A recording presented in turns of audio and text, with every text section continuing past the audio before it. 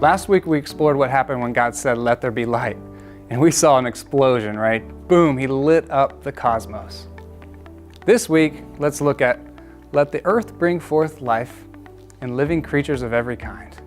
Once again, when God speaks, boom, an explosion of life. Science is always looking for life outside the earth, and at this point, they're yet to find it. And yet here, there's an absolute explosion of life.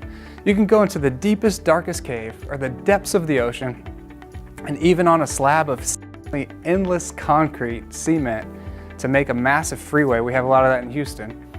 And inevitably, some dirt will find a little corner or crack on that slab of concrete, and life will begin to spring up right out of that. You got to go buy a weed killer just to make it go away. We're obsessed with finding life everywhere else, but just wake up in the morning as the sun is rising and go outside and just listen. The birds are singing. Life is everywhere, and the conditions have to be absolutely perfect. Let's take one small example that we take for granted: oxygen. It makes up 21% of our Earth's atmosphere. If there were just a little bit more oxygen, we would be scorched by unstoppable fires. A little bit less, and we would all suffocate. And our distance from the sun is almost unbelievably perfect. To have life, you must have water in liquid form, which is possible only within an extremely narrow temperature ranges that we happen to enjoy because of our distance from the sun. The most trivial deviation from this delicate and perfectly maintained balance would destroy all life on Earth. You see, the God of the natural world and the God of the supernatural world, it's the same God.